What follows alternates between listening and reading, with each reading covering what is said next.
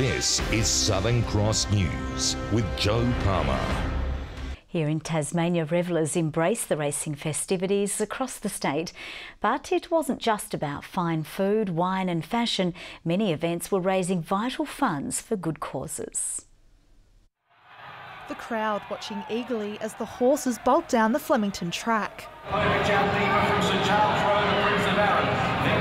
Dressed in suits and dolled in hats and frocks, these punters are enjoying what Cup Day in Hobart has to bring. Girlfriends catch up and a couple of wines and the horses. It's just a great event, really. Put in a kitty, Yep. lots of money, Yep. lots of fun, doesn't matter whether we win or we lose. I think Melbourne Cup Day is just a traditional day for Australians. You know, it's a race that stops the nation, and you know, it's growing every year. So it's just a really good day for people to get dressed up and have a punt and enjoy themselves. And for some, the day is much more than watching the horses. I think mostly for the fashion, just to see what everyone's wearing and to experience a bit of the glamour of Melbourne. The style shining at a range of events, revellers arriving in style for a special event at Mona, while raising money for a cause. Well, we're having a lot of fun, but we're doing that for a really good purpose. The Royal Hobart Hospital Research Foundation is an independent entity, so it's really important that we raise funds for local medical research. Cup celebrations for charity continued in Launceston, with health organisation Clifford Craig Foundation hosting their traditional cup luncheon for the 27th year. Well, this year's colour scheme, we've got the colours for the foundation, which are yellow and blue, and I'm hoping that it might be bringing everybody a bit of luck. While this pub, the Newstead Hotel, hosted its very first cup event to raise money for disability organisation St Giles. That everybody knows the work that St Giles does. It's just a fantastic association, and I'm very, very proud to be helping them out. So a local happening in the local pub for a local charity. Ruby Kamain, Southern Cross News. The Launceston man has faced a Supreme Court jury over failing to report a killing. Robert William Broad has pleaded not guilty in relation to the murder of Tyson Timothy Clark Robertson in 2016. Our reporter Sean McComish has more. 3 witnesses took the stand today in the trial of Robert William Broad, who's accused of failing to report the killing of Tyson Timothy Clark Robertson in July 2016. The body of Mr Robertson was uncovered at a Mayfield home in April last year. 2 others have also pleaded not guilty to his murder and with being an accessory after the fact respectively. The court heard all 4 were living together at the home around the time of the alleged murder. The jury was played 2 police interviews with Mr Broad, who told detectives one of the co-accused stated that he had killed the 23-year-old. They then questioned why Mr Broad had failed to report that knowledge to police, to which Mr Broad answered, "I should have, but I didn't." He denied helping move the body or digging the grave in the backyard where the remains were found, and told detectives the co-accused and the alleged victim often argued, but had never been physically violent. All up, 6 witnesses are expected to give evidence. The trial continues tomorrow. 2 people accused of invading the home of a Deloraine man armed with a baseball bat last week have fronted the Launceston Magistrates Court today. Mandy Jones and Philip Milburn have both been charged with aggravated burglary and aggravated armed robbery following the alleged incident on Friday. Ms Jones was granted bail and will next appear on December 12, while Mr Milburn and had his matter adjourned and will front court again later this month. A decision to relax rules for working backpackers has today been welcomed by Tasmanian farmers. Under the changes, visa holders can work on farms for longer, addressing significant labour shortages impacting producers across the nation. Hundreds of overseas backpackers will pass through these orchards before this cherry season is over. They're a vital source of labour for many farmers, but recently workers have been harder to find. There has been a shortage of seasonal workers, and many of our members have complained to us quite loudly, frankly, that it's very hard to get people to work on some of the farms. But under new rules released yesterday, working holiday visa holders can now stay in one job for a year instead of 6 months, and can work in Australia for a total of 3 years instead of 2. The cut-off age for a visa was also lifted from 30 to 35. It just makes it easier and you don't have to switch from place to place because sometimes you're just you're in the same area, but you just have to switch jobs, and it can be a bit of a nuisance sometimes. So yeah, I'm pretty excited about it. That makes it a lot easier for our picking systems, our quality control, and we get to know the people very, very well over the length of our fruit picking season, and we all like to see repeat people come back to our businesses. A move overwhelmingly welcomed as farmers still recover from the backpacker tax scandal that devastated the industry 2 years ago. We would certainly look at this very closely and hope that it will be helpful and supportive of not just the fruit growers but those rural and regional communities that need that work. When we raised our concerns 18 months ago, we told them that industry needed certainty with respect to its workforce.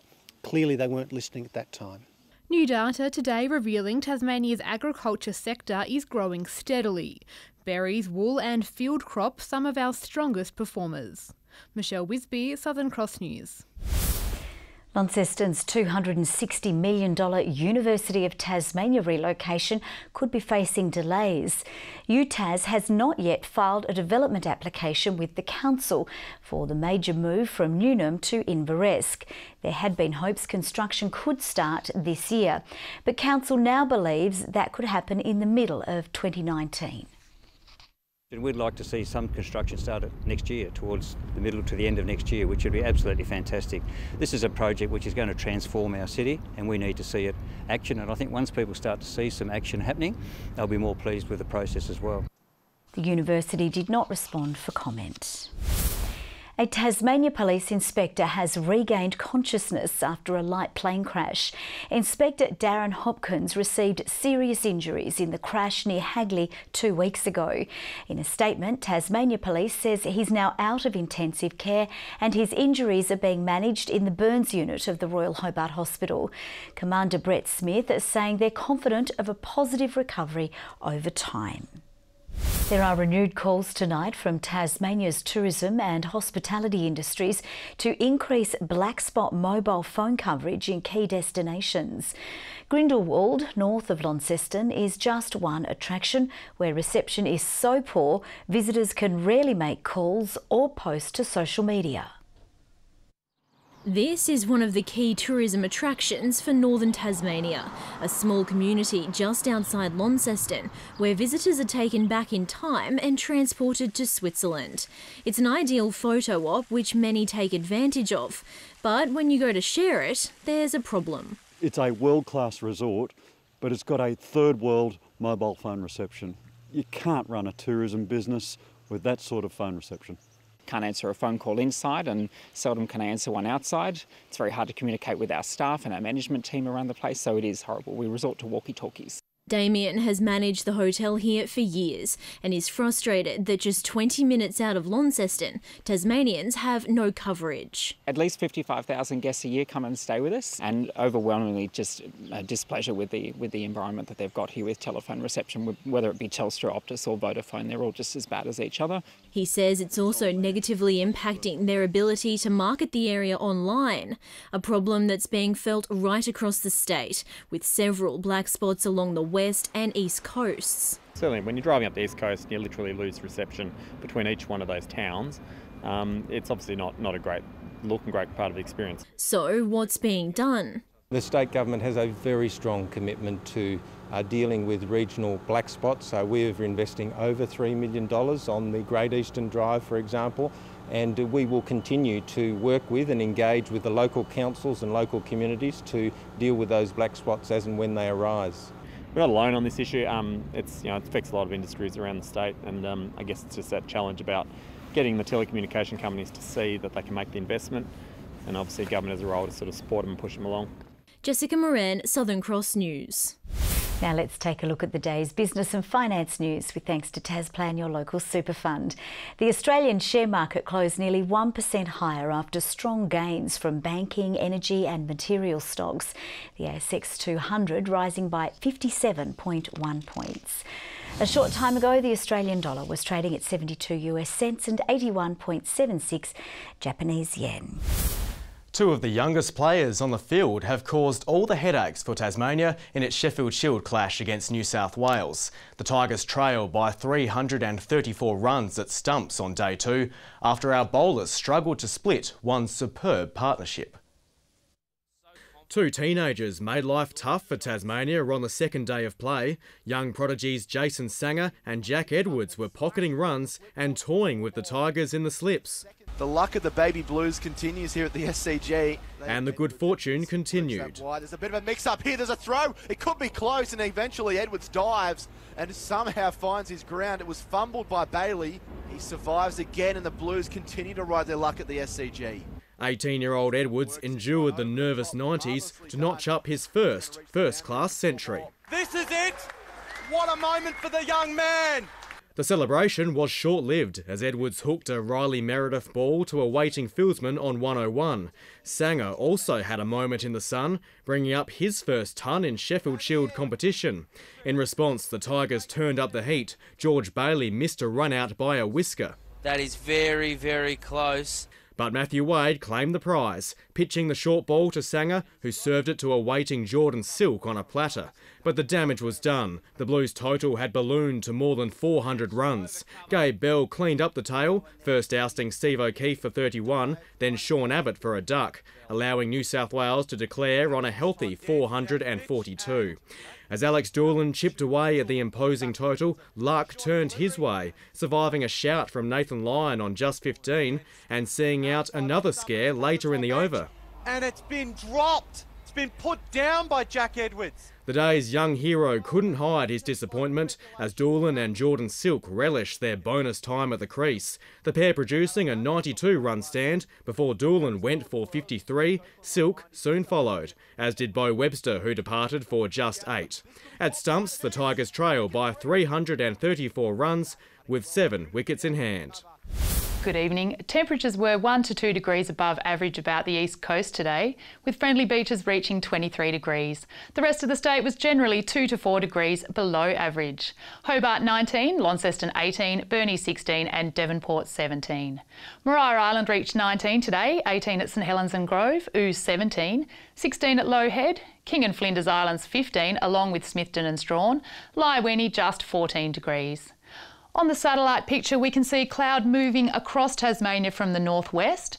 Mid to high level cloud with embedded thunderstorms covers the southeastern third of Australia, and mid to low level cloud moves over parts of South and Western Australia. Tomorrow, a cold front moves across Tasmania, Victoria and New South Wales in the morning, followed by a trough that will move across Tasmania in the afternoon. A trough with several low pressure systems extends from New South Wales to the top end and down the west coast of Western Australia. The remainder of the country is mostly cloud-free. To coastal waters, winds 20 to 30 knots, mostly easing to 15 to 25 knots in the evening, seas 2 to 3 metres. A strong wind warning for all coastal waters except the upper east coast and southeast inshore waters, and a small craft wind alert for the lakes. A bushwalkers weather alert for the southwest and central plateau, and a sheep graziers warning for the southeast and east coast districts. Tomorrow, a shower or two for Hobart, 15, 14 at Geeveston, showers there. Showers also at Bothwell, 12 degrees. Showers also in the north, Launceston 16, Devonport and Cressy 15. The west won't escape those showers either, 14 in Burnie, Curry 13 and Strawn 13 with a possible storm. A possible shower for St Helens, 17 also at Swansea, an afternoon shower or two there. Orford, similar conditions, 16. The UV is a high 8 tomorrow. Looking ahead to Thursday, showers about the west, central and southern districts, mainly fine elsewhere. Friday, showers in the west and north, extending statewide during the afternoon and early evening. Saturday, showers about the west, far south and Bass Strait Islands, mainly fine elsewhere. Sunny weather for Perth, Brisbane, Cairns and Broome tomorrow. Wet weather for most other centres. Currently in Hobart, it's partly cloudy and 18, Launceston mostly cloudy 14, Devonport partly cloudy 13. And Jo, I hope you had better luck picking a Melbourne Cup winner than I did today. Well, no, I didn't, and we keep saying there's always next year, but next year I'm sure I won't pick the winner either. So anyway, we had fun, didn't we? That's all from the news team for now. Thanks so much for your company. We'll see you a little later.